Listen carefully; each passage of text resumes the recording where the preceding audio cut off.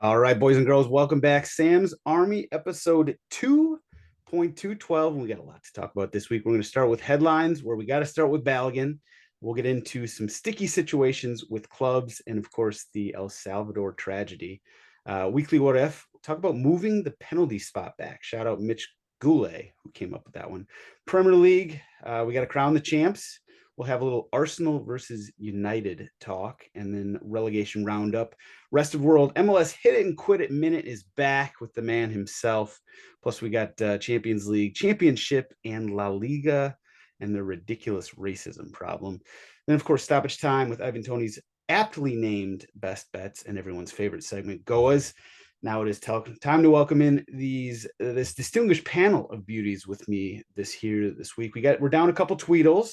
A great group nonetheless, featuring a first timer who we'll get to in just a second. First thing first, the lone Tweedle of the panel, Tweedledee of Goonerville. Tommy McGunner is here, fresh off of a massive 1-0 win over defending USL Championship champs, San Antonio FC. So after a tough start to the season, Tommy, where does that rank in terms of, just like maybe biggest relief wins of your career? That's got to be up there actually. I think definitely because it was at home and the Detroit City fans are quite good and you could feel it towards the end of the game. I think it was a sense of relief for everyone there. And I think very few times do you feel the sense of relief with players, coaches, fans all at once. So yeah, that was definitely up there for sure. I saw that they had like, I don't know, 20 shots or something, like 3 for you or something. I may be exaggerating a little bit, but Yeah, I don't remember them. They had like I think three or four good chances. But yeah, the way San Antonio plays is pretty direct and interesting. So listen, win's a win. Win is a win. Next up, Mr. MLS Minute is back from a couple weeks of, let's say, self-discovery. So where have you been, Mr. Tyler Terrens, and what did you learn about yourself? Where have I been, boy? PG Charlotte, version. Charlotte, Asheville, Raleigh, Pinehurst, LA, Fort Lauderdale, back in Chicago. And that was all within 10 days. What did I learn about myself? I don't know if I learned anything. What I really wanted to do when I was in Asheville on my own, I wanted to figure out where I'm going to live because my lease is up and I now have the luxury. I have the luxury to live wherever I want to live now. I just need to be close to an airport. But that just didn't happen. I just had a good time and vibed out and talked to a bunch of strangers and drank some good beer in Asheville, went hiking, and then was back on the grind. Had a little midweek fixture in LA, weekend fixture in Fort Lauderdale, and that's about it. Didn't really learn anything. I'm a pretty simple guy. I'm a commentator. I'm a commentator for the people. so are you moving out of Chicago? I don't know. Probably, maybe. I think so. I'm just like I grind through a Chicago winter so that I can like not be here during the summer and miss all the good parts of Chicago. Like it just doesn't make sense. So what's your official leave date for Chicago? I'm probably gonna stay through the calendar year. I'm gonna move out of my place August 31st, and then I might go mooch off my uncle who lives in Bucktown in Chicago and just save some money and then figure out what I want to do like in that time frame because I don't want to move in the middle of the season. That sounds like a nightmare. Yeah, So I was planning my visit. If you were moving out, I was gonna visit Chicago the weekend after that. So oh, got it. Okay, yeah, it's sick. No. Yeah, because it's not like I'll hang out with you. And the last time that I was gonna hang out with Mitch, he bailed last second too. So like you guys are just forced to see me for 1 hour every week. And if I actually want to see you in person, nobody wants to do that except for Sam. And that's because he lives a sad life. And I'm one of the only few people who will go get beers with him. So, Oh, there we go. Just loop me in. Loop me in. Thank you. I appreciate that. Well, listen, we'll get more into, where your headspace is at and where your life is taking us at some point on this pod, I'm sure. But now it is time to welcome in the first timer. We got Evan Plesick, who congratulations, sir. You won the NCAA pool for Sam's Army Pod. It turns out you're not actually a UConn fan. It was more of a double-edged sword, emotional hedge. So that, I guess sort of a win-loss there. But congratulations on that, and thanks for joining us on the pod. Here's your question, though. Same question we asked all the first timers. So give us the quick and dirty backstory of how you're clearly a Dortmund fan as well. I think I can guess on that one, but Man City is your team in the Premier League. So give us the quick and dirty explanation there, so we know how whether to judge you or not. Yes. I mean, as a City fan, you better believe I've had to explain this a million times, because everyone's just like, why have you sided with the devil? Essentially. Yep. So it's very funny. So I in 7th grade, I started kind of getting into soccer a little bit after the 2010 World Cup. So that might kind of age me a little bit there. And I got like FIFA on my phone, like back, and like you can get play like games on your phone. And I wanted to pick a team. And I'm a Yankees fan because I'm from like the New Jersey, New York area. And I was like, all right, like what team do I pick here? And I looked at like Manchester United. I'm like, they're like the Yankees. I can't pick the Yankees. I don't want to be a front runner. So I'm like, what else do they got here? I'm like, Manchester City. They must be like the Mets, They must be like the the team that's like not as good, the underdog. I'm like, I'll go with those guys. Little did I know, they were obviously Saudi oil money, powerhouse. And they had this little Argentinian guy, Aguero. I was like, he's pretty cool. They got this big, tall, freaky looking guy named Dzeko. And I basically played with them on my phone. And before, then I started getting into watching the games in early high school. Before I knew it, I started to understand, like, I think they won the, it was like the 2011 title with the Aguero. But I wasn't like really watching all the time at that point. But that's kind of what got me into soccer, because it was on like grantland.com and stuff like that. And I'm sure Barstool was probably blogging about it back in the day. And it was like probably the biggest soccer sports story, at least that I was aware of at that time. And at that point, I was like, well, now I got to go with these guys. And as I started to learn more and more, I realized the gravity of my decision. But you can't just like turn back, You can't just say like, all right, well, I'm not gonna. I know I was looking at it. I can't just say like, you know what? Actually, like you choose your club and you got to stick with it for the rest of your life. And so I'm a City fan, but I like to call myself like a self-aware City fan. Acknowledge what I've done here. And then it was interesting because like I started playing a little bit more FIFA, like as other people do. And Dortmund, like 2013, was like a big it was a big team for a lot of people. And Klopp was the coach of that team, and they were just absolutely just one of the most fun teams to watch ever. And I loved Klopp. And what do you know? He goes to Liverpool, and now I got to root against this guy, every year. So I got a grudge of respect for Liverpool as well. But I'm a City fan. I take pleasure in the wins, and the rest of Tyler knows this as well. Like, I'm a New York sports fan. All my teams besides the Yankees suck. Like the Knicks stink. The Giants, the Rangers. Like the Giants have 2 Super Bowls, but they've been horrible in the past 10 years of my life. It's nice to get some wins. Don't apologize. You don't gotta apologize around here for it. You're getting some wins. I know Tyler's obviously giving you the stink eye over there. But I don't look down my nose on City fans whatsoever. Just accept it. Accept that you're the bad guy in this specific context, and roll with it. There's nothing wrong with that. All my friends are Arsenal fans. There's some Liverpool fans, but most everybody's an Arsenal fan. And this has been the year where I was like, come on, guys, I think you can do it.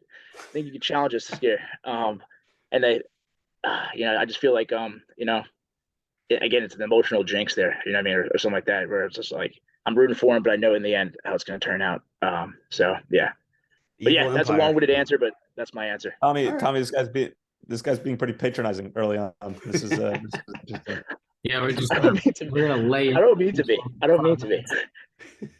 I like it. It's gonna be a harsh welcome to the pod for you, my friend Sammy. let's keep it rolling so I can lay into this fucking. I'm ready for it. Let's go. It's only a matter of time till Tyler starts spitting fire at somebody. So good luck, Evan. All right, we'll stick with Arsenal a little bit anyway. First headline: Folarin Balogun. So the man himself made it official. He's coming home. New York City native, is killing it on loan for Reims in France. He's actually member of Arsenal at the moment. Anyway, so he confirmed his one-time switch from bloody old England to the USA, and then went on to score his 20th goal of the season this past weekend, making him the first American to score 20 goals in one of the top 5 leagues in Europe. And of course, one of the really cool aspects to his decision to play for the US is kind of like Dest and Musa. It's undeniable that American soccer fans, many of whom will be listening to this podcast or watching this podcast right now, we had a hand in convincing him to play for the US. So I'll play a clip here of Balogun explaining his decision in his own words. So here we go. Yeah, I mean, my reaction was I was a bit overwhelmed. I think I knew the US is obviously a big country, but I didn't realize just how many people was involved in soccer, especially. I mean, every time I just went on social media, I was just seeing loads of comments, people saying that I should choose to represent the US. And I mean, it's nice to really to feel that appreciation.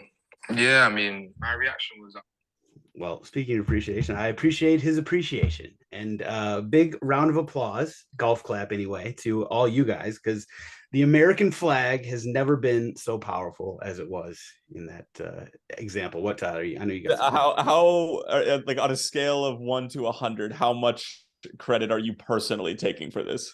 Personally, somewhere between 92. No, I don't know. I probably not that much. I think it's the fact that you can't even help how much you're smiling right now. You literally feel as if you are the general manager of the U.S. men's national team right now, recruiting people. You replaced Brian McBride. Well, first of all, there wasn't. Yeah, we don't have a technical director or whatever. So yeah, somebody had to step into the breach there.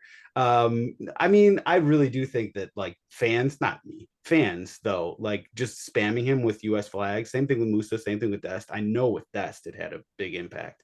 I really do think that American fans and the fact that there's so many of us and we care and care enough to spam him, it really did have an impact. And I think like I don't know if it's a generational divide or like this is like a young kid, he's more impressionable to like social media and whatever, but like I don't know. It's awesome. No, I'm not personally taking credit for it though. I think it's human nature. You want to be where you're wanted, right? Like I think that's and because the world is so interconnected, like and you're able to just like put an American flag or say something on any Instagram post of his, like even if it has nothing to do with soccer and you're just like posting shit about it, like it gives you the opportunity to give him one more reason why he should. And then seemingly we gave him 380 million reasons to come to the US. So yeah, I love it. Good for you, Sam. You're at the front of all this. Spearheaded pioneer. Sam Pham. I will give Sam Pham some credit because Sam Pham definitely had a part in it, not me personally. But here's the thing, the honeymoon phase is going to end at some point. Right now, it's all rainbows and butterflies. Folarin Balogun is the next coming.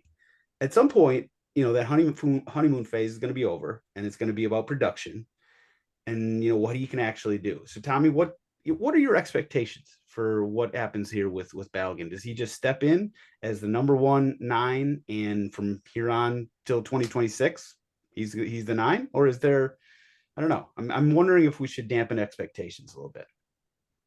I mean, I think it's regardless of what national team you choose, it's quite hard to just walk in and be the starting number 9 for any nation. So I think if people have that expectation, it's likely not going to be that. I do think it's a great position for competition right now in the US. So it's probably a great opportunity for him and surely part of why he chose the US, I think. But to be quite honest, I don't know if I'm more excited to see him try to break in and take that number 9 spot for the US or try to do the same for Arsenal. So that's kind of where my head's at. And I'm curious. I'm curious to see both of them at the same time. So, well, it could be a nice 12 months for. I was going to say it'd be interesting if he's. Do you think he's going to be on Arsenal next season?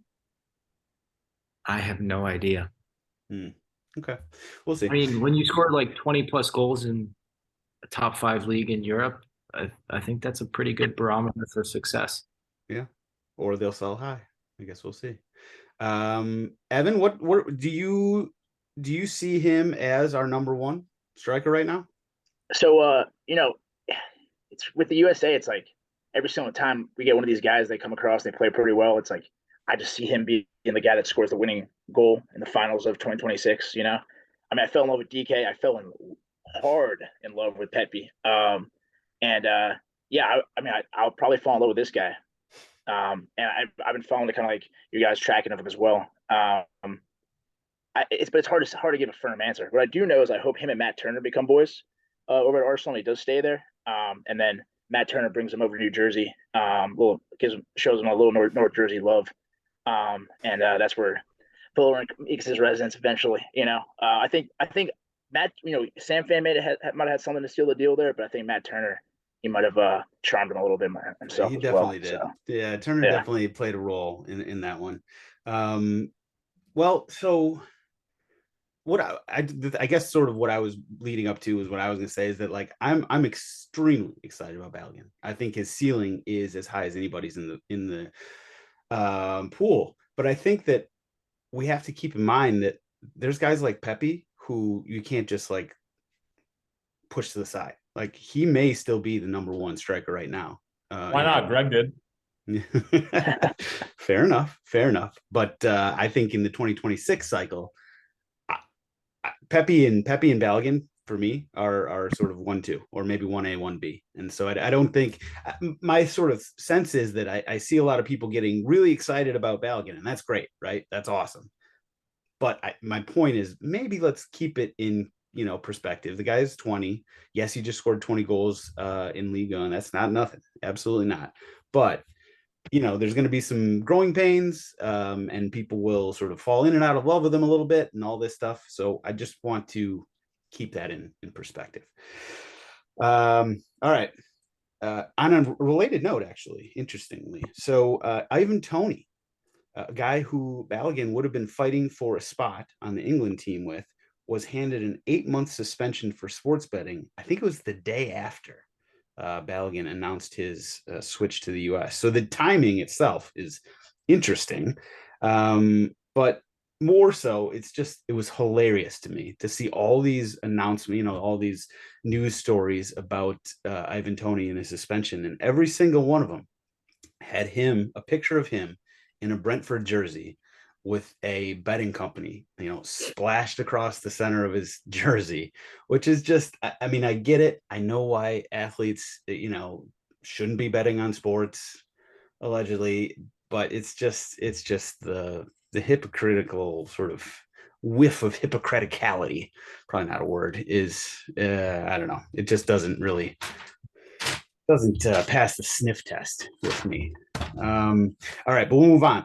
We've already talked about that plenty, and he already has his best bets segment, so no need to go into further on Ivan Toney. So there's a lot of news, not about people or players acting badly, but actually clubs potentially acting badly this week. So there was 3 different announcements. So first we had City, who came out swinging.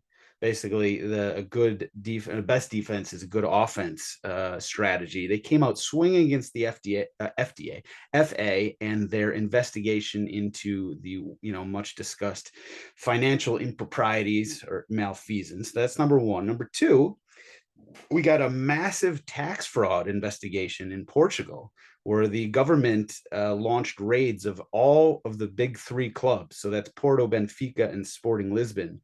And this dates back to 2015. It's basically tied, actually, interestingly enough, to the same Football Leaks expose that got Man City in big trouble originally. So there's this tax fraud thing that who knows exactly how deep that's going to go, or what kind of fines or point deductions or whatever else could happen. And then finally, just minutes ago, Juventus was handed a 10-point deduction related to the accounting problems that they've been charged with in Italy, and it's been hanging over them for months, if not years at this point. It's also cost Tottenham, our director of football. So Tommy, let's go to you first. Which of these 3 investigations, the City, Portugal, or Juventus, which one stands out as most interesting to you? Man City. I mean, you guys had a history of this, so try to give them less attention on the second, maybe third time around on this type of stuff. Yeah, I think the whole city thing is super interesting because the way they sanction this, like, let's be honest, City changed the dynamic of global football, like European football, with oil money, and it set probably a scary precedent for teams and nations since. So how governing bodies sanction that, I think is going to be really interesting, if at all. Yeah, right, exactly.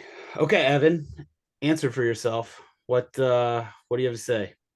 Yeah, it's a tough situation, right? Because you got the league sanctioning like with basically their own champion. And it's like if the NFL came out and just like you know, it was like their star, they're the guy that like is like, winning their Super Bowls and like put down Tom Brady back in the day, which they did actually. But also if they do it Mahomes now, and it's a tough situation, right?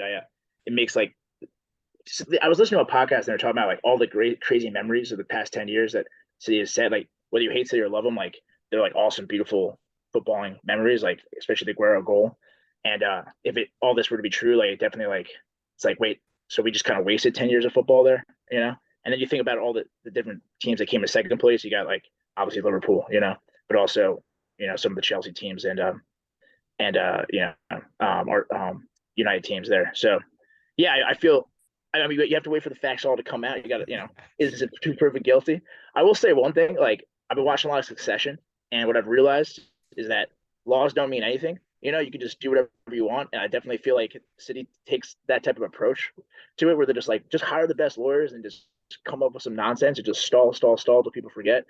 And I definitely think that's the approach City's taking right now.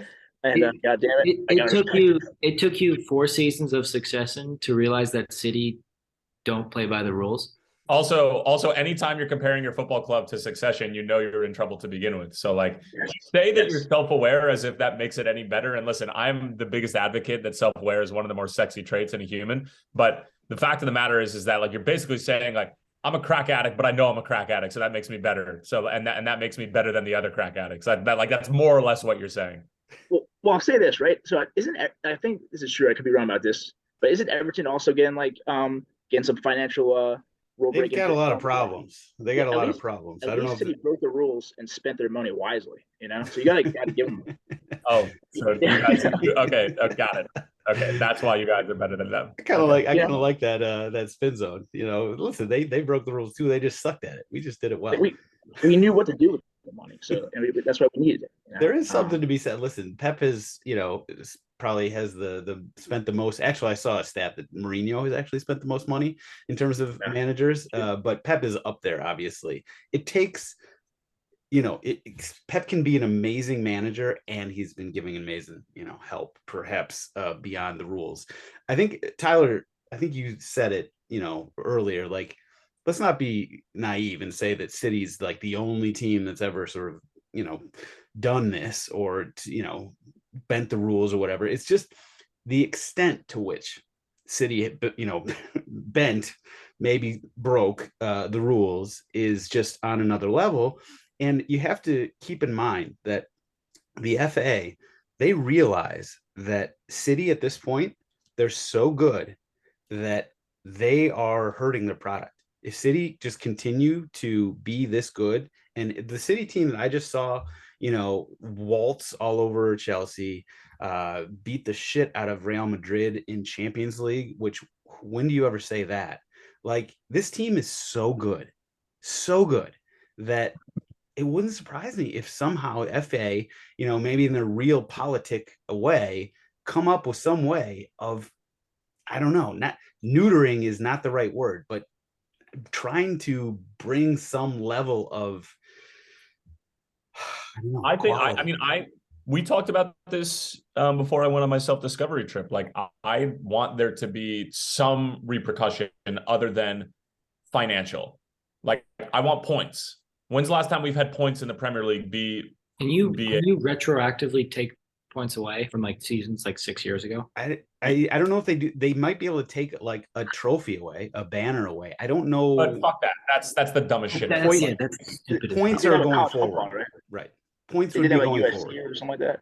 But their whole operation has remained the same from an ownership, coach, like the whole standpoint. So it's not like you would, the players are going to be the ones who suffer. And like, some of the new guys that have come in, like Jack Grealish didn't have anything to do with this, although, $100 million transfer fee might have something to do with some financial tomfoolery. But like, for me, because of what Tommy said, because they were the first to do it, because they changed the landscape, and because they've just been egregious about how much money they've spent, both like if we're talking about from a UEFA standpoint and an FA standpoint, like 100,000%, there should be some sort of points that are deducted. And I'm curious as to why. I feel like we see it more in Serie A and some other countries. We see point deductions a bit more frequently than we do in the Premier League. I'm not exactly sure why that is, because I feel like some of the infringements in the past have been similar, if not identical.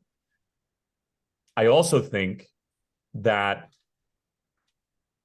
Sheikh Mansour on some level has somebody in his pocket at the FA and at UEFA, right? Like they're in bed together in some shape or form. I don't know exactly what it looks like, but like that's the only explanation for me as to why the hammer has not been dropped down on them when it comes to competitive shit. Because at the end of the day, their spending paired with the fact that they have the best coach in the world has given them a competitive advantage.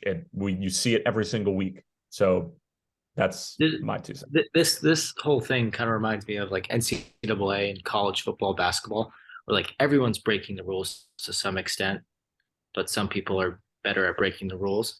And you get to a point where there's a tipping point where they have to change the rules or just lay down the hammer on one of the biggest offenders. Yep. I mean, it does feel as though we may have reached that tipping point with how good the city is. To Tyler's point, I think for some reason the British don't like retroactively doing these things. I could see them changing the rules before they suspend, like do some sort of penalty for Man City besides money. Right. It's tough. It's tough. This might sound nuts, but to Tyler's point, do you think it's because like the EPL knows that they've become the best league in the world by like allowing people to come in and just buy teams and spend as much as they want, and they want it to be known that like secretly maybe or kind of like unwritten rules wise that like, yeah, when you come into our league, you can buy a team, then like Newcastle, for example, and you're going to be allowed to spend the money you want. And then if they were to like sanction some teams that might like, for the next buyer, they might not feel as willing to like purchase a team because like, wait, I'm not going to be able to come in and just spend as much as Man City and Newcastle did. That might be crazy as conspiracy theory talk, but I don't know. That's kind of like I don't think that that's insane. But the only thing I would say to that is that whoever's going to come in and buy the clubs is going to buy them anyway, and them spending $50 million or $25 million less a season isn't going to deter them from buying the team. Right. And like Newcastle, like being bought by Saudi money, like that was to get a previously historic and successful club back up to its perch, right? Like, and there is the big six at the moment, and they want to have as much competition as possible, and they want more games and to have like some form of like an English subsidiary Super League on their hands. Agreed. But like there's such a clear difference between like the Premier League has turned into the Bundesliga to a certain extent. I know Bayern have had their shit, but like it's 5 out of 6 years now. And like me and Gary Neville were the only ones who were confident enough to say like Arsenal didn't even bottle it. It's like, I can't consider this an Arsenal bottling, because if you look at the average points, however, Arsenal will have 81. They'll probably finish with how many games have they played? 36 or 30? They'll finish with hopefully 84. Finish with 84. That's enough to win the Premier League in most seasons previous to the Manchester City era. And that average points over the past 20 years has increased significantly because of Manchester City. So it's not a bottling. It's because there's one team who has the best coach in the world with the best players in the world on the deepest team in the world. Like, that's it. And they do that because they don't follow the rules. So like, it's pretty simple for me. I don't know. Yeah, it's hard. It would involve, the Premier League slashing or slapping their golden goose. But why does it have to be retroactive? Why can't it just be 10 points off at the start of next season? It can. I don't think that's a one season thing. And like the reason they're the machine they are now is because of the spending they did from 2015 through Agreed. 2010 or whatever through 2020, right? Agreed. So they're still gathering the fruits of their dirty labor. So like, I don't understand why you can't do it for next season. Yeah, I think you can. Whether they will, I guess we'll see. I don't think City. Last point, and then we can move on. I don't think City's the Premier League's golden goose.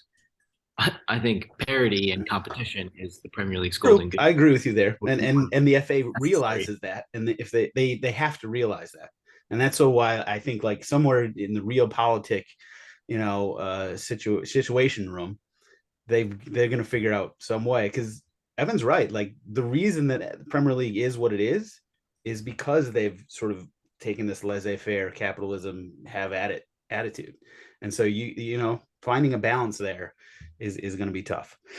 Okay, quickly through the rest of the headlines. USL, interesting move by the USL. So they've always had plans to launch this women's league. It was supposed to be a Division 2 league starting in 2023, but they pushed that back to 2024, and they're making it a Division 1 league, which is interesting because they're going head to head with NWSL. So more leagues, more teams. That's great. Shout out to Forward Madison and my peoples up north, who are going to be one of the ownership groups set to join that USL Division 1 league. I don't know. Is this Tommy? Is this just like a win, or is there like risk involved with sort of rivaling the NWSL at this point? I mean, I think there's always risk involved, but I think it's a similar stance that they took on the men's side when they created the USL to begin with, is they wanted to create their own like infrastructure between leagues that just were USL. So I think it makes sense that, they think that model's worked so far.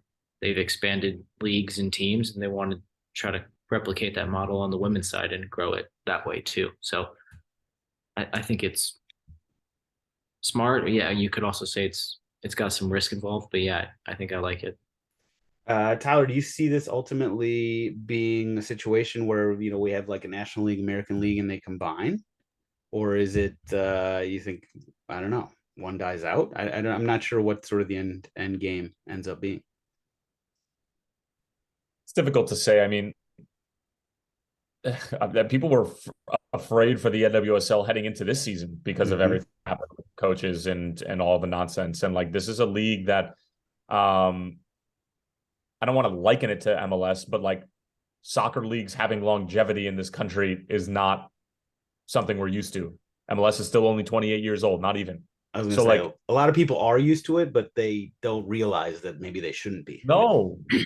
And so like, I don't know, is there a world in which like the USL's women's league could end up being better and like it's supported better and there's better investment or whatever? Like, I mean, you hear the horror stories of what these women get paid. Like, it's disgusting. I think it's gotten better, but like, I've heard firsthand accounts of some of the places that these athletes have lived in, and like the club wages are horrific. Unless you're a national team player, you don't get paid. So like, for me, I think that there's a world in which it could flip. You could have a merger, whatever it might be. Like, just because everything has been so fickle with NWSL and so up and down for however many years it's been in existence. Yeah. Evan, any thoughts, or we go on?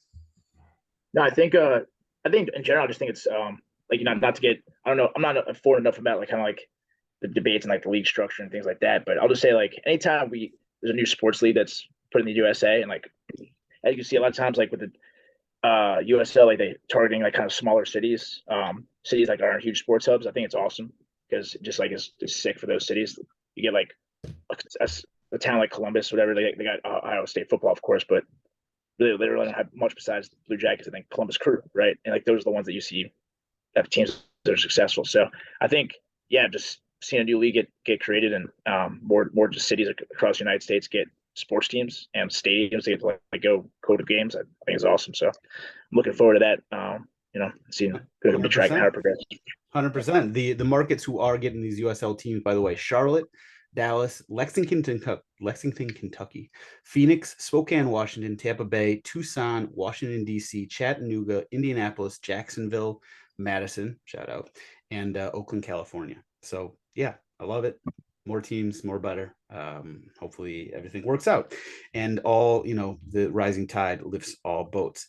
On a less sort of happy note, El Salvador. So there was a state, another of these just tragedies that happens when I don't know, man management or whatever, or people getting into the stadiums. I don't really understand it. It's just sad. The scenes on TikTok and Instagram were horrific. I posted some of them. I tried to not post some of the worst ones. But this was a game involving Alianza and FAS. And last I heard, there was maybe a dozen people died, obviously lots and lots of injuries. It's just like so senseless that people. I saw this on a Sunday morning, and on Saturday night I went to the Fire game. I brought my two kids, and like just the thought of going to a soccer game and like not coming home, or not having your daughter come home, not coming your friend come home, it's just unbelievable, mind-blowing, mind-numbing. And I've seen a lot of people suggesting things on the internet about like maybe they oversold tickets, maybe there were people who fans were at sort of, they were in a maybe drunk and whatever. I have no idea. It's just like, I think at the end of the day it's up to the authorities to have the rules and regulations in place and actually follow them, which a lot of times they don't do, to prevent this type of thing. And it's just so sad to see. I got nothing else to say about that. Hopefully we won't hear another one, but I don't have my hopes up. Finally, lastly, we got to talk. This will be a quick one. Quick headline: the World Cup 2026 logo. They came up with it, I'm sure at great expense, and announced it. It was like this black background with the 2 and the 6 over it, with the World Cup trophy in the middle. I didn't post anything on it because to me it just sort of felt like a marketing ploy. And listen, no free ads.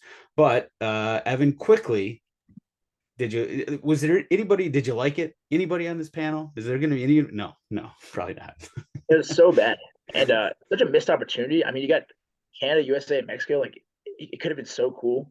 I feel like if you just gave it to like, I don't know, like a group of like community college, like art school kids. You know what I mean? It was like, hey, do something cool. They would have come up with something 50,000 times better. And it's just a bummer, actually. I hope they end up changing it. But yeah, it's just funny. It's just such like a FIFA thing, just make some. You want FIFA to admit that they were wrong? Good luck. Sure. Good luck with that. I mean, it felt like something that they spent a lot of money on, and there were too many cooks in the kitchen, and that's what you ended up coming up with. That's just sort of my 1,000-foot view on it. Tommy, are you sort of on board? No likey? Yeah, we're all on the same board. Well, whatever. I don't really care. The World Cup is coming in 2026 to the US. That's all I really give a shit about. I mean, they should have asked you, Sam. I mean, not to blow your head up, but you got some of your graphics are like a million. Like, I could drop some danglies on that. I could work it in there, yeah, surreptitiously. Absolutely. No, my graphic skills are. Listen, MS Paint, I'm world class. But once you get into like the Photoshop, I'm shit. All right, weekly what if time. So this actually, Mitchell Goulet is not on, but he came up with this. So what if, he suggested, we move the penalty spot back 2 yards? Number one, what would do conversions? I think we can all guess on that, but I guess we could each take shots at how much it would hurt the conversion rate. Number two, how would it change the strategy for kickers and keepers? Tyler, what are your thoughts on this? First of all, Mitch is dumb. Second of all, I mean, obviously would impact conversion rate. I think 5 to 10% would be my guess, especially early on with players getting used to it. I would have thought it'd be more. I would have thought it'd probably be more. Yeah, I think it would go down significantly. What is it right now? 60-something% conversion. What is that? I think it's like 65 or 70%. I think it's closer to 70%. Yeah, I think it's either high 60s or low 70s. I think it'd be lower than 50, to be honest. I mean, the theme, I think, Tommy, and correct me if I'm wrong, I think it would be you have to hit it with more pace. Further away. Like it's Yeah. and hitting it with more pace is going to lead to more variability. So like I think that You'd see a lot less guys, I think, wait. oh yeah. You see a lot more guys who say, I'm picking my corner and I'm smash this thing. Yeah. Or more guys going right down the middle and just hitting it as hard as they can, which I'm always a fan of. It would be the death of the Panenka.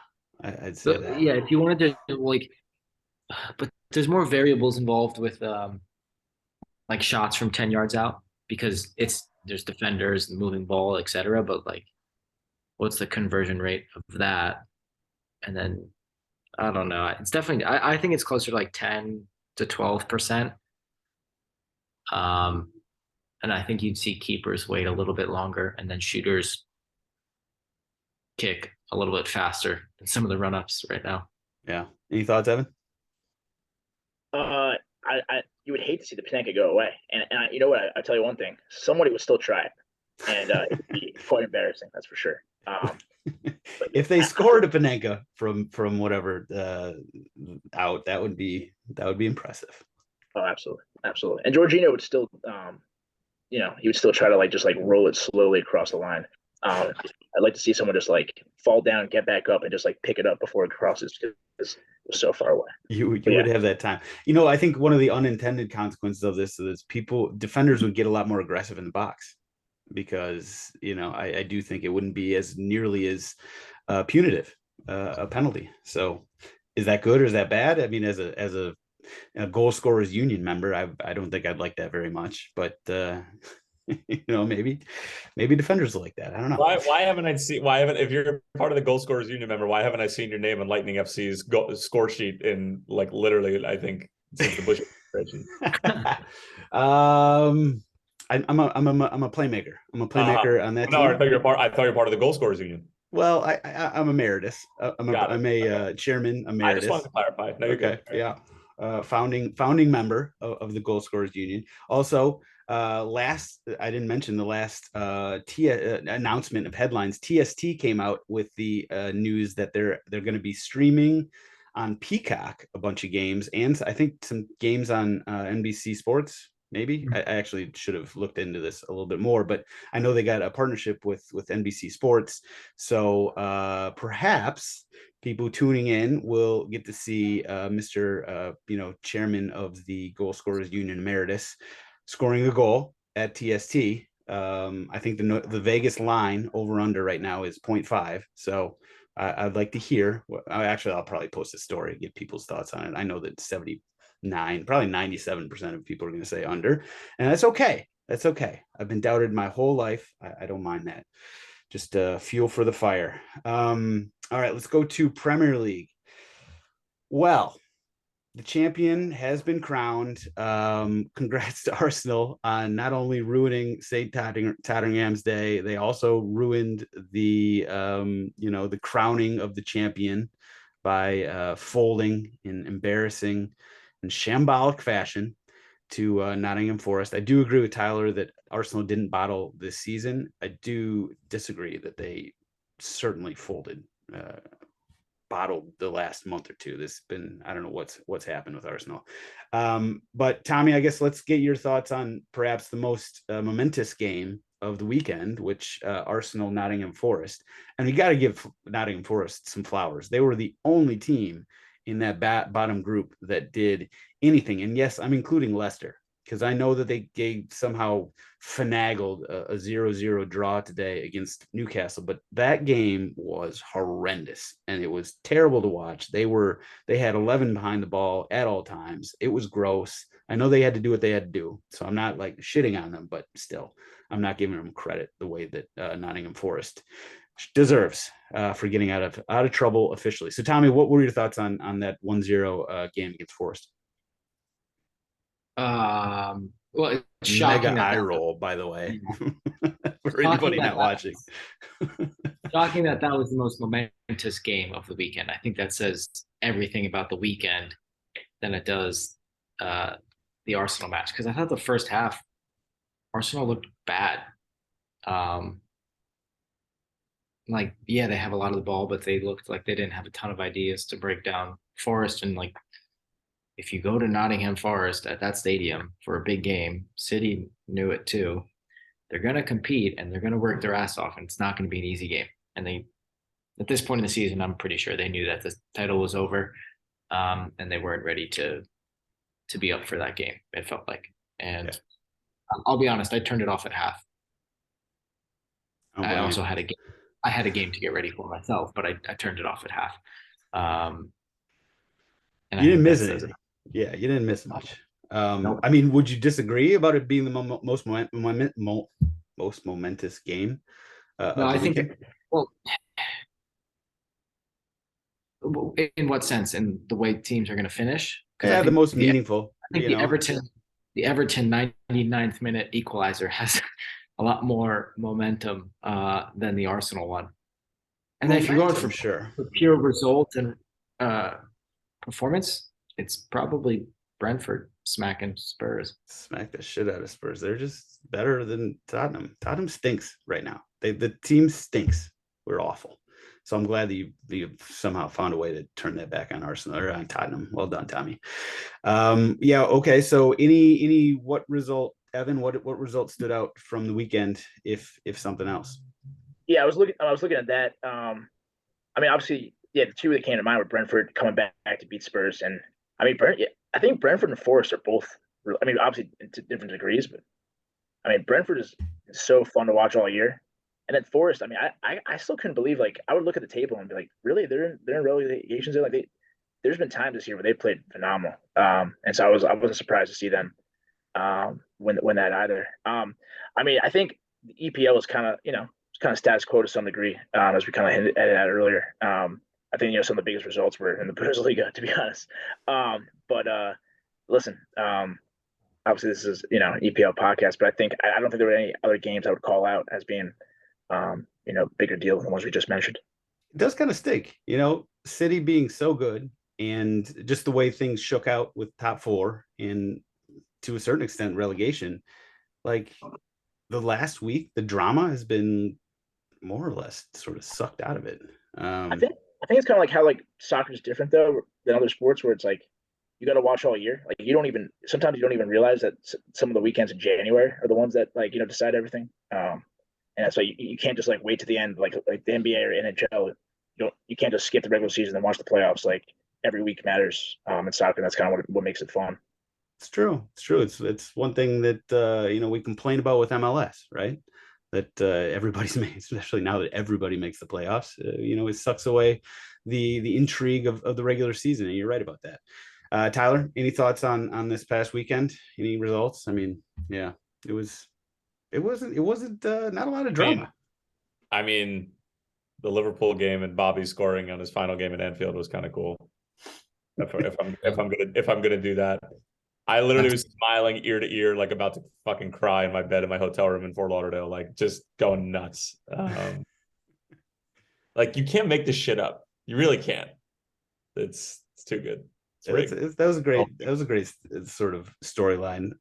Shout out to me for talking shit about him and Milner being the only guys that Liverpool had to come off the bench. And of course, Firmino got the reception that Naby Keita got, and then the reception that Bobby Firmino got. The guard of honor in their last game at Anfield as Liverpool players was just the difference is just overwhelming.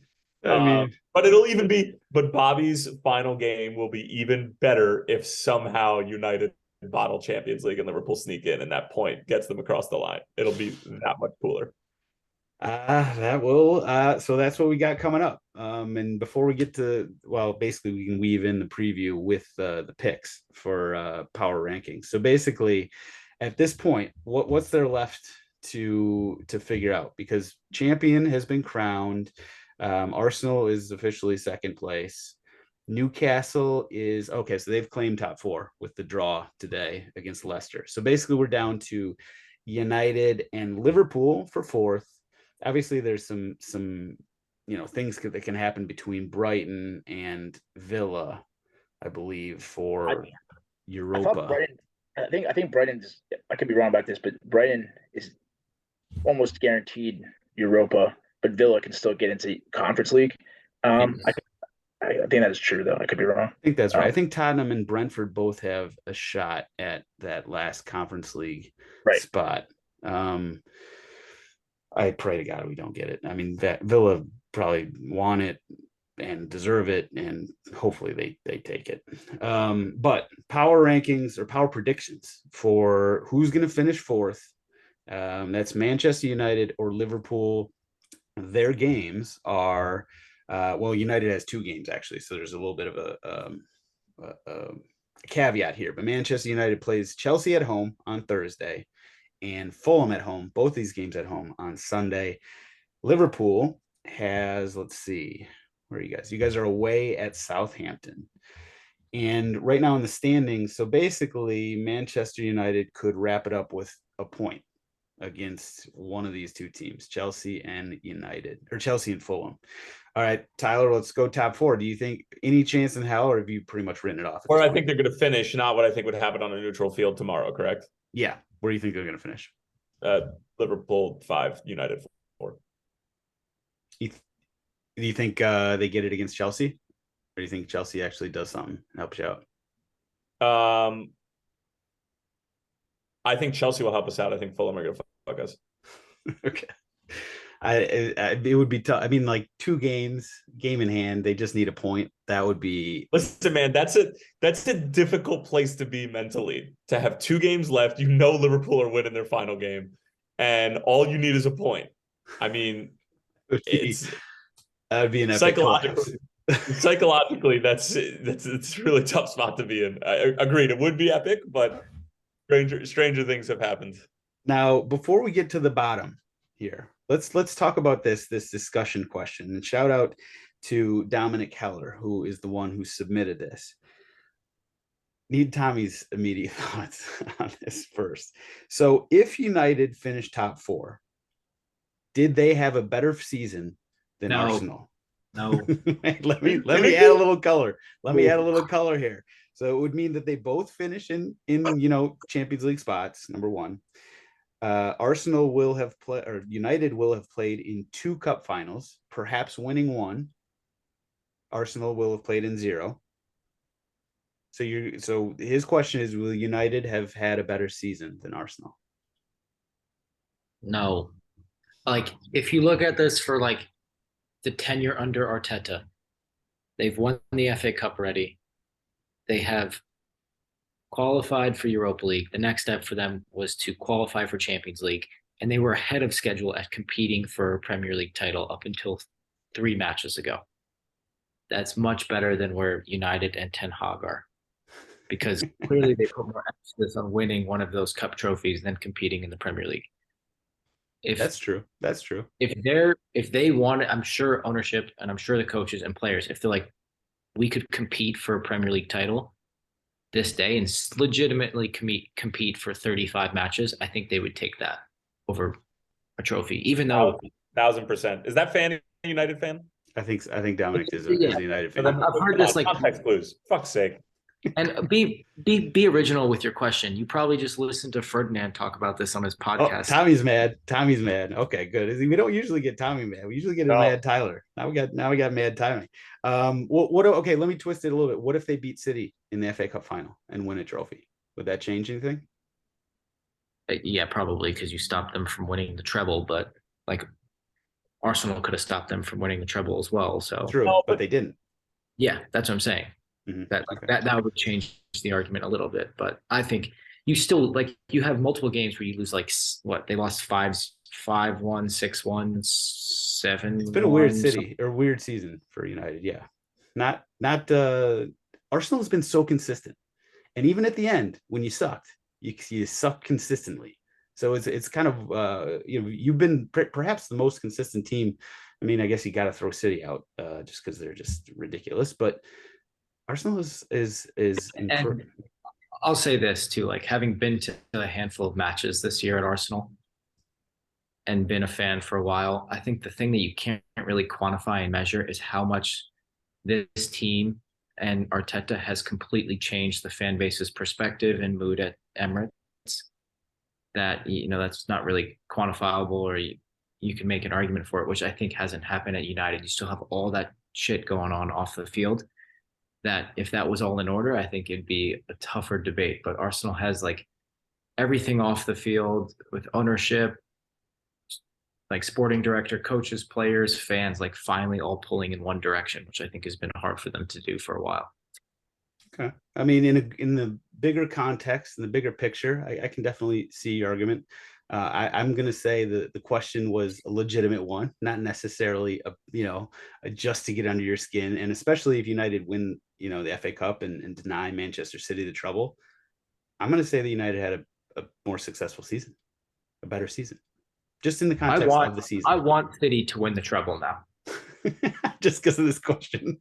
No, before that too. Like, it's this question is also because United are the only teams to win the treble. Yeah, so you would rather City lose to Inter, but then City beat United. No, I'd rather have City win the whole damn thing and no ifs, ands, or buts. Yeah, I bet you would. Like, kill us all now. I always thought it was interesting how I have a lot of Arsenal friends in my life, and I was at some United, and the United fans were like all rooting for City, weirdly, because they're like, we actually don't care about, like, you guys cheated.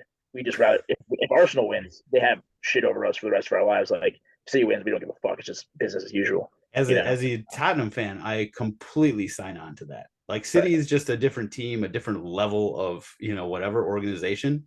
Whereas Arsenal, like, if they had won the title this season, oh my fucking God, how bad would my life have been for however many months and years listening to Tommy and Mitch and Mikey and these guys? Like, they would have held it over me like nonstop. Every single conversation would have ended with something about them being the fucking title winners, which thank God for City and their financial malfeasance and petrobillions. Thank you. Okay. Quickly, relegation. Who we got going down? Nottingham Forest is out of contention with the big win against Arsenal. So we're down to, 3 teams for 2 spots. Southampton gone, see ya, dead, dusted. Everton is on 33 points. Leicester and Leeds are on 31 points. Right now, Leicester and Leeds are obviously going down. I've been saying all along, like, I just can't wrap my head around. I'm just not willing to speak the words into existence, into the universe, that Leeds are going down. But after that game against West Ham, oh my God, Leeds is going down. Like, they're gone. That was so sad. They were so bad against a team that is coming off of a midweek game, who had nothing to play for. Like, all West Ham's eggs are in that Europa Conference League basket. And they still came out and just took Leeds out behind the woodshed. And that was so bad. I hate saying it. I'm disappointed in myself for, as I said, putting these words into the universe, but like, I can't see a scenario where Leeds get out of this. And Leicester, I just think they are in the same boat. So I guess I just answered my own question. Anybody think that Leicester or Leeds somehow survive this? I think Leicester's going to win on Sunday, and Everton's going to lose to Bournemouth. Yeah, Bournemouth's good, and I think Everton. I just think they just stink, and and maybe it's just because I kind of like don't like Everton. I would like to see him go down, and obviously, I know I got like a little. I know it's kind of Roger Bennett on from Men in Blazers. He just kind of like angers me to some degree. So I just want to see his misery, I think. But yeah, I think, but also I think Bournemouth is good. Like, they're going to beat Everton, and then Leicester, they just showed they can just do Big Sam style football, even though they don't have Big Sam, and just be horrible and just try to squeak out some points. So I think that's what's going to happen on Sunday. And as Ronaldo says, what does he say? I think I love it, and I think I deserve it. Something like that. I think that's going to happen. That sounds like Ronnie. That sounds like a Ronnie quote.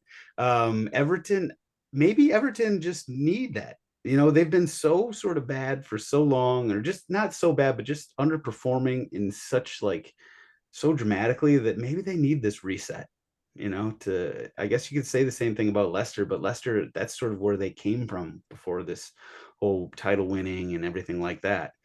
Everton, maybe they need like a Newcastle / West Ham like reset to just go down, get your shit in order, and come back a new club. I don't know. I still think Leicester and Leeds are going down. Tommy, who you got? Same. I think Everton's staying up, just because both of those other teams need a win, and it seems like none of them want to get a win. My fun thing about this is all three of those teams play at home. Yeah. So I think we're going to see some nice little scenes for one club. Yeah. I love when they go on the field and start singing their song. That's my favorite thing about the Prem. So that's what I'm looking forward to. Yeah, this is a pretty best bets, but I definitely think Leeds Tottenham is just going to be like the most maniacal game of all time. And I'm looking forward to it. Could be true chaos. Yeah, well, Leeds pretty much, it seems like that's their MO these days, and Tottenham is just, I don't know, we stink. Our defense stinks, so there could be goals in going both directions. Tyler, who you got? Two teams got to go down: Everton, Leeds, Leicester. Same as everyone else. Now, Evan said Leicester's getting out. Yeah, I think Leicester's going to beat West Ham. Oh, I thought he agreed with Tommy.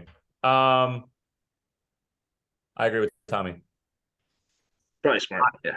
I want and hope that there's some more drama left in the season. I think there is. I'm hedging that it's Liverpool getting into top 4. I think that there's drama left either at for top 4 or for relegation. I don't know where it is. It's not both, and it's not neither. There is drama somewhere, though. I think there'll be twists like that. Change that whoever's getting out will fluctuate. The final day, yeah. 90 minutes. I also I like that there's 2 teams in Liverpool. I think it's really, really cool, and I don't think people who understand how far those or how close those stadiums are from each other when you can actually see it. That it'd be very cool to keep 2 teams in Liverpool in the Prem. Yeah, I don't think anybody cares. Well, the reason I'm saying that is, and I think a lot of people would agree with me, is because they don't compete on the same level. Where's that Steve Serene? That they don't wait. That they don't rephrase that. They don't care because they do compete at the same, or they do care because they're not at the same level. I said they don't. I think they don't care about them going, or they do care about them going down because they don't compete on the same level. But if they did compete at the same level, yeah, like it was Arsenal. If it was like Arsenal and Spurs, or everyone was laughing about the possibility of Chelsea going down. If Spurs had a calamitous year, I'd be like, yeah, send them all the way down. That would be hilarious. But it would just never happen. You would need 10 to 15 years of Spurs being really, really mediocre and mid and hovering between 10 and 15 in the table, and then you go down. Well, we're at year 7 of them doing that, so we only got a couple more years. Oh, Tommy, you're coming out guns blazing today. This is the angriest and most spiteful I've seen Tommy. I mean, it's not a surprise. It's not a surprise after his team bows out of the title race, but this is fun. I think Dominic Heller added some serious fuel to the fire because he's come out a little extra ever since then. Yeah, I just want to finish this off with my big brain trust, and then I'll bounce off. That's all. Is now the when do you, because you did have some good prediction, at least one that you want to bring up. Is right now the time to give you your flowers? Yeah, here? I think now is time. All right, for my flowers, and then we can move on. I don't have the clip. I forgot to go with the clip. Here's the clip. I'm gonna paraphrase. Tommy, basically, didn't you say that you had a question when you send these outlines? Yeah. That was what is your crazy hot take for the season? Yeah. And my hot take for the season that was Brighton would make Europe. That's right. And they officially did. So you earned this. We should have gone back. I just didn't have time to look at the other hot takes. I'm sure that none of us got it. Yeah, right. I think the hot takes would be funny, and I'm pretty sure that my normal takes ended up being awfully wrong, but this one ended up being awfully correct. It's good. As a pretty common listener, Tommy, for some reason, I feel like always just predicts these random things. Like, I'm not surprised by this at all. Like, he'll come up with these best bets. Sometimes they're just like so specific, and literally no book in the world would ever allow you to place that bet. But then that bet would actually like happen, and I'm just like, wait, how does he do this? There's a reason we call him Nostradamus. I think it started when you said it was a U.S. men's national team international window, and you said they're going to get this many points and score this many goals in the 2 or 3 games, and you actually nailed both of those. That's where Nostradamus was born. Okay, shout out to you. We'll have to go back and pull the clips on those hot takes and see if anybody else actually came anywhere near close. I doubt we did. Now it's time for Rest of World, and Mr. MLS. Get him back on the horse. Minute. He's back. Give us all you got, Big Daddy. I mean, what a week to come back and return like you've never left. Rivalry week in Major League Soccer. Well, do we want to start with the midweek, or we want to start with the whatever you feel comfortable with? This is your minute. Let's do.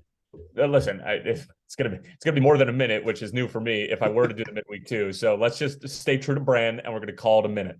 Okay. All right, as both Tommy and Evan turn off their videos, because as I anticipate every time that I do this, nobody's actually paying attention to me in the Zoom chat. But here we go. So let's start in New Jersey. Harrison, to be specific, Red Bulls with a big 2-1 win over Montreal, and boy, did they need it. They have been struggling as of late. Now let's go down to Florida. The Florida Derby, Inter Miami in Orlando City, a.k.a. No El State Taxico. That is the nickname that I've officially given the Florida Derby. Inter Miami 1, Orlando City 3. A disinterested Phil Neville Inter Miami side just get put to the sword by Oscar Pareja's group, despite a banger from Leonardo Campana to equalize at 1-1. Orlando City would score 2 goals in the final 25 minutes of the game for a big 3 points. Their first win since late April. Philadelphia and New England, good one here. You thought it was going to be 2 of the best teams in the Eastern Conference. 3-0 in favor of Jim Curtin and the Philadelphia Union, who are rediscovering their league form. How about DC United and LA Galaxy, 2 MLS originals who used to run things in Major League Soccer? Another good one. 2 teams who have kind of been struggling, hovering around being mediocre or maybe average. And then all of a sudden, DC United and Wayne Rooney's group 3-0 over Greg Vanney's side. And boy, was it a heated press conference afterwards. Greg Vanney had some words for a reporter in the press conference following the match, and things are not looking good for Chicharito and company. Hell is real. Everybody was really excited about this one. Cincinnati at home, putting their perfect home record on the line, 7-0-0 against their biggest rivals, the Columbus Crew. Wilfred Nancy, rejuvenated side. They were able to pick up a big win last week, or Wednesday, I should say. And FC Cincinnati hold on for what was an epic 3-2 win over the Columbus Crew. Roman Celentano, Chicago's own, makes a huge goal line save basically as time was expiring to preserve the 3 points and preserve the 3-2 win. They are now 8-0-0 on the season at TQL Stadium, which is very much a fortress. Charlotte and Nashville, nice little sort of southern derby here. Charlotte at home fall to Gary Smith side by a score of 2-1. Hani Mukhtar and company, who actually didn't score, get the job done on the road as anticipated. Austin FC, big win over Toronto at home before they take on the Chicago Fire midweek in the Lamar Hunt U.S. Open Cup. That's going to be this Wednesday, as I'm sure most of you could be listening to this right around the time of the Open Cup. Austin 1-0 winners, Toronto FC. They've got some problems. Federico Bernardeschi, I mean, I'm not even going to say basically. He called out Bob Bradley and the entire coaching staff saying something needs to change. We need an identity. We need to know how we're. That's basically verbatim following the match. Chicago and Atlanta United, 3-3 is the final score. Sam was in attendance, and he saw just a disgusting soccer game. Yellow cards flying, suspect referee, 2 red cards, 1 on either side. Shaqiri and Olympico that ended up being an own goal. And then Atlanta United fall to the pressure of the Chicago Fire when it was 10 men aside. And the final score is 3-3. Georgios Koutsias with the final goal for the Fire, his first to Major League Soccer, 19-year-old from Greece. Shades of Frank Klopas, my man. FC Dallas and Houston Dynamo, a little Copa Tejas. 1-1 is the final score between Jesus Ferreira and Ache. Colorado playing host to Real Salt Lake. 3-2 is the final score in the Rocky Mountain Cup. Real Salt Lake with a big win. St. Louis City and Sporting Kansas City, a budding Midwest rivalry, and St. Louis City take chapter number 1 by a score of 4-0. Bradley Carnell's side are back. Don't look now. LAFC and San Jose in the California Classico. LAFC had just lost to San Jose, their first loss of the season just a couple of weeks ago at Levi Stadium, and then they returned the favor. Revenge is best served 2.5 weeks later, LAFC final score 2-1 over the San Jose Earthquakes. Portland and Minnesota, a rivalry that goes back basically to like the 1970s in the days of the old NASL. Portland at home followed Adrian Heath by a score of 1-0. And then Vancouver at home against the Seattle Sounders and Brian Schmetzer come away with a 2-0 win in the Cascadia Cup. And that would do it for, I believe it was match day 16, 15, 27. I don't know. I'm in a different city every weekend. I have no fucking clue which way is up, but that's it. You lose track, but you did well. As always, it's great to have you back. The MLS minute, hit it and quit it minute, just feels right. You know, podcast episodes. God forbid you had to pay attention to MLS on your own for a week. You know, episodes just feel better with a little MLS hit and quit a minute. We'll round out rest of world here. So quickly, Champions League. We are down to Inter versus Manchester City in the final. As I said earlier, Manchester City they did things with Real Madrid that nobody does with Real Madrid in the Champions League. Like, they just had their way with them. They won 4-0. This City team is just so unbelievably good. Like, I know that it's probably played out at this point, but like when I put the Instagram photo up about like that Deloitte team of, Sunday League pub leaguers, that's the only team that could possibly take this Man City team down. They are so good. There's no anybody on this path, anybody, Evan, Tyler, Tommy, anybody think Inter Milan have a shot at this game? The only way is if Tommy the terrorist gets fired after Bundesliga, Balogun Bundesliga, and then Inter just goes out and snatches him for one game, then Pep's brain just explodes again. Then yes, I think actually Inter do have a chance. Or if somehow, even though Jose's got his own European final to go to do, if Inter were to hire him out of nowhere, I think again Pep would not be able to handle it because his brain breaks down in one game playoffs like that. That's a good point. Yeah. Like I say, Deloitte is the only team that could take down the City team. Maybe Pep could. Maybe he could. His overthinking, like, I know some people who overthink things, like, Pep is on another level with that type of stuff. So that's a good point there. Championship. Wait, I actually think Inter do have a chance. Yes. Really? Well, yeah, of course. As do I. It's an Italian team in the final. It's an Italian team in the final that are pretty damn good too. They got Checo, they got Bertan. They obviously have a chance, but I don't know. Is the Vegas odds up yet? I wonder what. I think Inter were plus 675 to win in 90 minutes. I don't think they're winning in 90 minutes. Neither do I. It would, yeah. There's some sort of 0-0-1-1. The odds are like plus 110 in extra time. I'll say this: like, if you've been watching like City's lineup this year, like at some point, Pep put out the death lineup, which is the one that has Stones in midfield, and they've played that in every single big game so far. Which last year or 2 years before that, like Pep would just always like constantly shuffle the lines up for every game. So I'm assuming that's what we'll put out. If the lineups come out and it's not that, then I'll be like, we might be fucked because Pep overthought it and he decided to do something crazy. So we'll see. I think it could happen.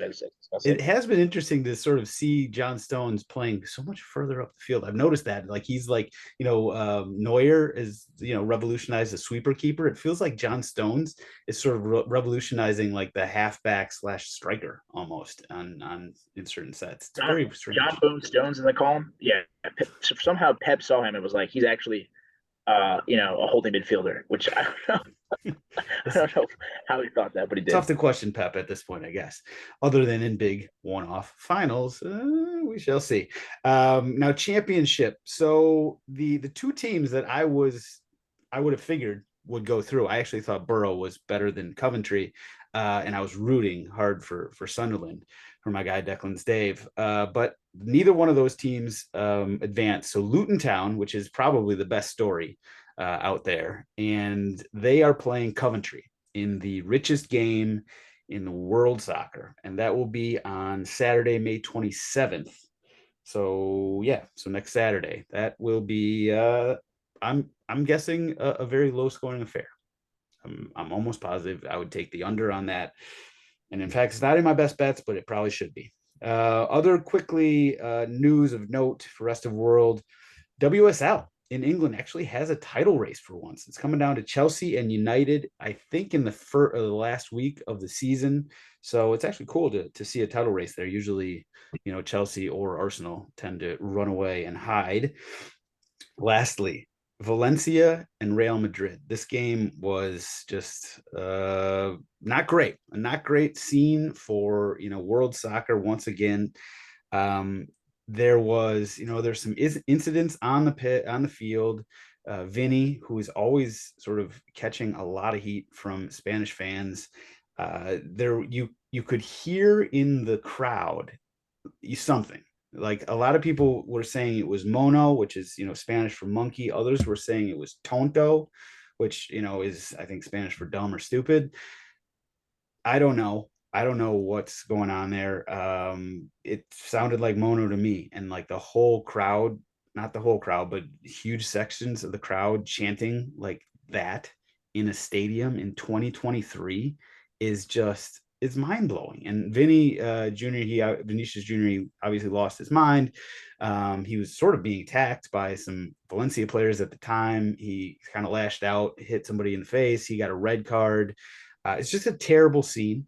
I saw a statement that came out from Valencia after the fact where they said that they had identified a fan who was going to be, banned for life. One fan. Like, if that's what your statement is all about, you have completely missed the plot on what's going on here. And we're talking about point deductions for things like what the city's situation. It seems like we've reached a point where, whether it's Italy, whether it's Spain, whether it's some of these countries, they've got to start with point deductions, because it's getting to the point where they're not doing anything, and these statements and these individual bans and whatever else, it's a joke. And I don't know why players like Vinicius Jr. would want to go play in Spain or Italy at this point. It's ridiculous. So we'll just leave it at that. Just terribly embarrassing and ridiculous. Okay, stoppage time. We will start with best bets. I have got an admission to make. I got to acknowledge the overtrain crashed and burned last week. It was bad. I was cooking. Things were hot. Things got a little overheated, and like the trains all over the US, this one exploded, and I pretty much went broke last week. So apologies to everybody who was on the train. That's my bad. I just got to do better. I got to be better. I really thought Arsenal Nottingham Forest was going to be like over the century, and that was absolutely not. I blame Arsenal, but I guess I'll take some blame too. But we'll move on. We're past that. You got to get back on the horse, shoot or shoot. So, Evan, you wanna as a first timer, you wanna lead us out here on best bets? Yeah, let me pull it up on my phone. I was taking a look here. The first one I had was off the bat, alternate over for Spurs and Leeds over 3.5. I mean, I see 5 even in that game. I can see a 3-2, Leeds or Spurs win there. I think that game's gonna be absolutely insane. That I had another one here. Where is it? 1 second. Oh yeah, I think Brentford at home versus City. City's got absolutely played for. Brentford's got everything. They want to be singing "Hey Jude" one more time. The whole stadium there. And I think the value list was like, I don't have it in front of me actually, but it was pretty good value. Like plus 300 over that. I mean, I think that's like, there's a lot of. This is definitely worth a sprinkle there. So. And then also, I'm throwing a little Monaco Grand Prix, best bet in there. I think Charles Leclerc is taking it in his home city there this weekend. So that's a plus 300 value there. So three best bets for you. I like it. I think that's our first F1 best bet. Well done. We gotta sprinkle it around a little bit. Tyler, what do you got for us? All right, I'm officially back and more batshit crazy than ever. Liverpool minus 260, paired with Chelsea plus 400, paired with City minus 125, for a grand total of plus 1146. So really, the only thing that you're betting on is the Chelsea game. That's the only one you're actually betting on. Liverpool and City are both going to win. So you're just hoping that Chelsea pull one out against United, as I am. So I'm going to put some money on it. So therefore, if they lose, I'm doubly upset and doubly depressed. But yeah, there you go. 10 to win, 124. Why not? Why not us? Why not? Why not? You said fucking emotional hedge. You're just going all in. And you know what? That's what Tyler Terrence is all about. So I respect that. I will go with I'm not listen, the overtrain exploded and everybody died. But you know what? We're getting that train back on the tracks and we're gonna get right back on the horse and we're sticking with overs because I'm addicted. I said it last week, I'm addicted. I'm not gonna get quite as greedy as I did. But I'm sticking with the Bundesliga. Evan pointed this out. I mean, like Bundesliga is like goals happen. There's a lot of intrigue. A lot of spots are still up for grabs. 3 games scream over at me. First of all, Dortmund and Bayern games, because both those teams, they know they have to win to have any shot at the title. So both of those teams are going to be absolutely going for it. They both play teams that basically don't have anything going for them. Both of them are at home, I believe, Dortmund and Bayern. So Dortmund plays Mainz, Bayern play Cologne, and there's going to be goals in that game. And then Union Berlin. So they play also a team in Werder who don't really have anything to play for. They're at home, and they can lock up a Champions League spot, which would be huge for a team like Union Berlin. They can lock that up with a win. So those 3 games in Bundesliga are, to me, absolute locks for over. Dortmund, Mainz, Union Berlin, Werder, and Bayern Cologne. And I'm going to keep. I got some other ones, but I'm not gonna get greedy. I'm just gonna leave it at that. And now, to finish things up in style, we are going to go to everybody's favorite segment, as appointed by me anyway. And actually, we'll start with Tommy, because Tommy had to jump, or had to bounce on us. So his Goa is a good one of the ones that I had written down. Sheffield Wednesday. So for anybody who was not paying attention, Sheffield Wednesday were down 0-4, I believe, that was League One playoff, was it not? Yeah, League One. And that was in the semifinal, the second leg. So they were going into the first leg, or they lost 4-0 in the first leg, sorry. And that was to Peterborough. And in fact, not only does Sheffield Wednesday deserve to go, but the Sheffield Wednesday fan who ripped up his ticket for the second leg and didn't even go, he put it on TikTok, ripping up his ticket and didn't go to the second leg. Well, Sheffield Wednesday overturned that, and 5-1, I believe, was the final score, and then they won on penalties. So now they're going to Wembley for the second richest, definitely not the second richest game in world soccer, but they are going to the promotion game against Barnsley and could get promoted to the championship. So shout out to Sheffield Wednesday coming back from 0-4 in the first leg. If you're a Peterborough fan, good Lord, that's just got to be a complete emotional heartbreak. Okay, Evan, first timer. I feel like you get the honors here. Appreciate it. Yeah. For me, we didn't talk too much rest of the world, and I got to rep the squad. Get a little Dortmund talk while we can, but it's got to be Dortmund for the first time.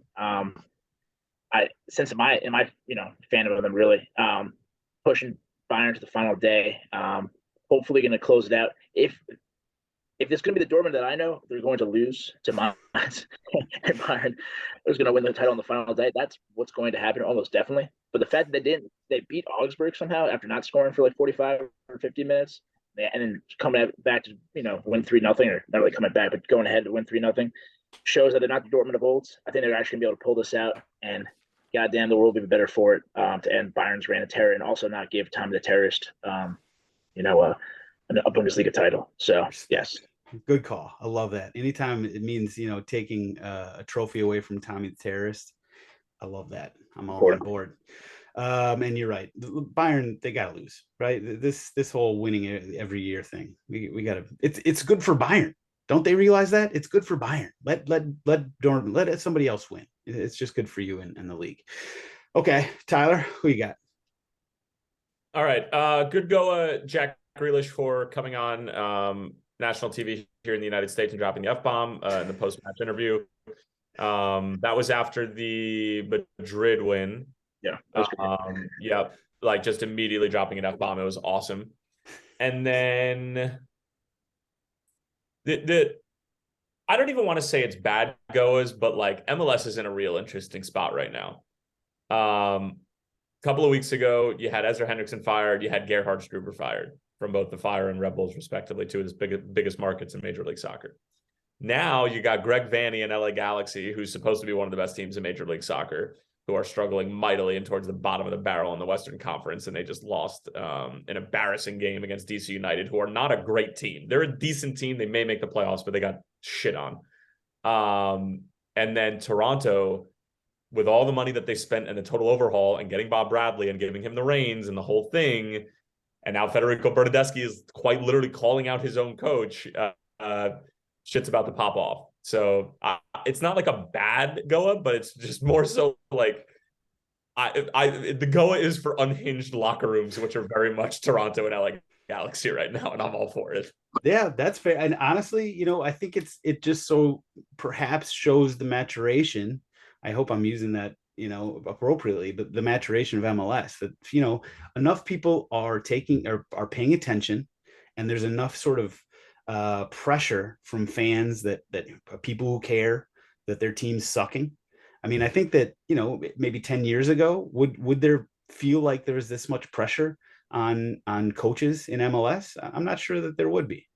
Maybe that's just the advent and sort of the growth of social media and everything, but it just feels to me like this is just sort of a natural progress with MLS, so I like it. It's not great for those teams or those coaches especially, but but coaches being held accountable and exactly. having that level of having that. Listen, I am not one for the musical chairs that exist within coaching, not just in MLS, but in world football and specifically the Premier League and the whole thing. Not a huge fan of that.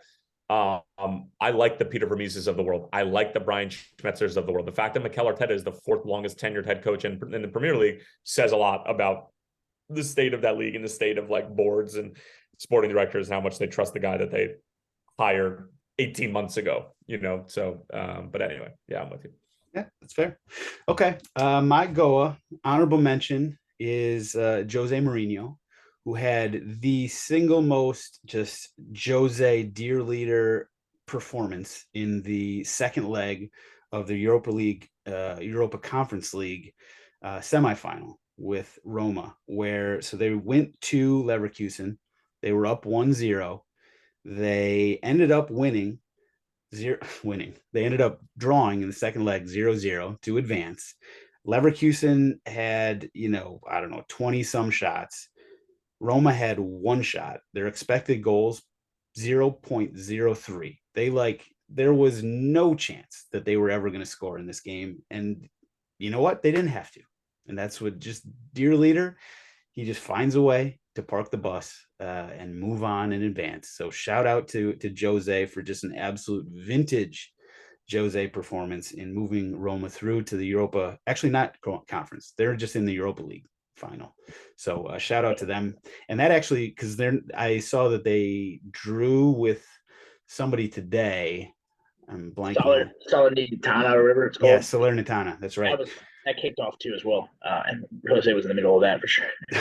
as always. But because they drew in that game, they can't make Champions League in Serie A. So basically, it kind of seemed like he was actually okay with that. Other than the fights on the field, it feels like he's just going through Europa. And you know what? Maybe it would be the perfect Jose way of winning a trophy and then maybe coming and coaching the U.S. men's national team. We'll see. Also, that was Jose is my honorable mention. My actual go is Fabio, staying in Serie A. Fabio Quagliarella, who is a 40-year-old striker, and for the 18th year in a row, scored a goal in Serie A. 18 straight seasons in which he's scored a goal. This one was for Sampdoria. He's obviously played for several teams in the Serie A, but 18 straight seasons in the same league. First of all, he's 40. So shout out to him, a fellow old man who's out there, not a emeritus member of the Goal Scorers Union. He's just a member of the Goal Scorers Union. And he's still scoring goals, 18 straight seasons, just an incredible track record there. It's actually not the record. I think Francesco Totti has him beat. I think he had 23 straight, which is just absolutely insane, especially since that was for one team. But still, shout out to Fabio Quagliarella. Awesome name and a great goal scorer. And that's all we got. Everybody, thank you so much for listening. Tommy and Tyler, obviously, nothing but love for them. Evan, thank you, sir. Thanks for hopping on. Congrats on the NCAA pool win and also all your trophies to come with Manchester City and hopefully Dortmund as well. Wow. I didn't realize I didn't put 2 and 2 together there. You're just a trophy winning machine here. Maybe. Don't jinx it. Don't jinx it. No, but thanks for coming on. It's great to have you.